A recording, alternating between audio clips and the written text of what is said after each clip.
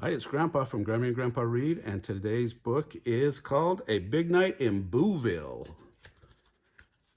Let's see here. It is written by Slade Stone and illustrated by John Jordan and Jerry Brent Dillingham.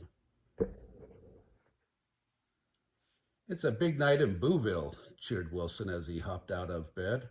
And it was Halloween. But more importantly, oh, much more importantly, it was Wilson's birthday. Wilson straightened his wraps. Then, in the wee hours of the morning, he hurried over to Frank Jr.'s house.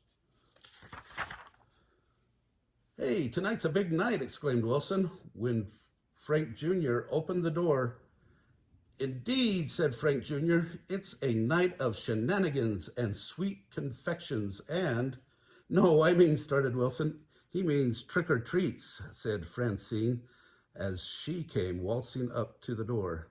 "I don't know why you use such big words, Frankie." "It's Frank Jr., if you please," he stated. "Okay, Frank Jr., Mr. Smarty," Francine smirked. "Well, hello, Wilson. You look frightfully handsome for Booville's big night." Wilson stood up straight. "Why, thank you. I didn't know you knew this was a big night." "Big night? It's the best night," exclaimed Francine. "It's the most glamorous, spookiest, screamiest night of the year." "After all," said Francine, smoothing her hair, "it's Halloween, and I'll have the best costume, of course." "Oh, of course, Halloween," Wilson said droopily. "That's why it's a big night." Wilson stayed and played creepy-crawly cards and rolled the knuckles with Frank Jr. all day. And not once did Frank Jr. say happy birthday to Wilson.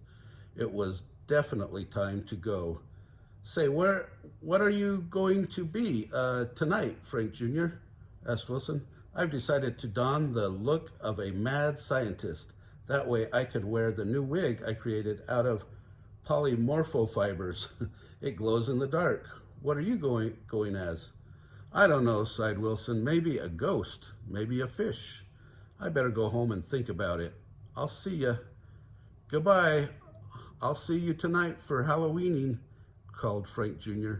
"I'll see you too, Wilson. I'll be with Frankie," sang out Francine. "It's Frank Jr.," he grumbled. Wilson kicked a bone down the sidewalk. My best friend forgot this was my birthday. How could anyone forget that my birthday is Halloween? Every year my friends throw me a party, and here it is, the very day, the big day, and no party plans. Wilson sat down on the grass and wiped his eyes. Then he did what he always did when he needed to think. He wrote himself some notes. He felt lonely and forgotten. Wasn't there anyone who remembered that this was his birthday? Rattle, clink, rattle, clink. Just then, Kate skipped over and plopped down next to Wilson. "Why, Wilson," she said sweetly, "what are you doing here? It's going to be a big night in Booville, you know." "Yes, I know," said Wilson quietly. "It's Halloween, a night of tricks and treats and candy and howls and growls and catching bats." Kate giggled. "Oh, silly, it's a much bigger night than that. I know a great secret. Come on, I'll show you. You won't want to miss out on this." Wilson got up and followed Kate. "I really just want to go home," he told her. "Well, okay, I'll walk you home, and then I'll show you the secret." Wilson walked slowly behind Kate. Who cares about her silly old secret, he thought. Even she forgot my birthday, and she's the nicest kid in Booville.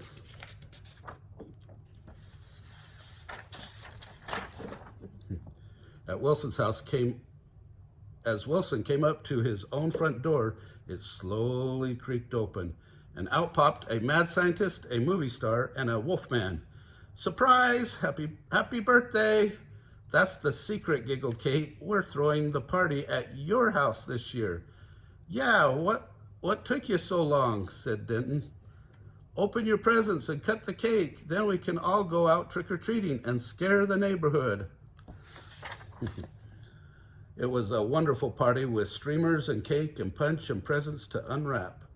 Wow, it was a great big night in Booville. Oh, have you ever had a day like that where you thought everybody forgot your birthday? Well, if you like this book, smash the like button down below, give us a big thumbs up, subscribe to our channel, and watch the playlist for Halloween.